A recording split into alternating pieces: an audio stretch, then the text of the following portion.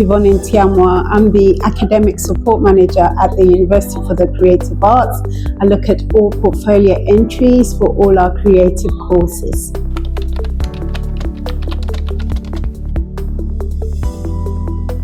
I would say the creative industries is one of the most biggest industries in the world, very fast-growing industry, so there's lots of opportunity for everyone. Don't worry about the competition out there. Really focus on yourself and developing your own style and your own skills.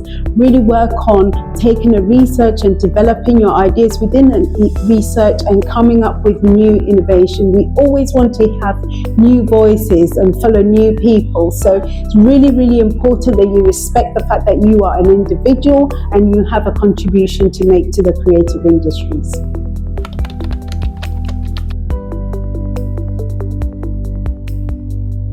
It's great, it's such a great opportunity for you to be able to stay in Indonesia and carry on with your studies for 2 years and then come to us in the last year and acquire a degree.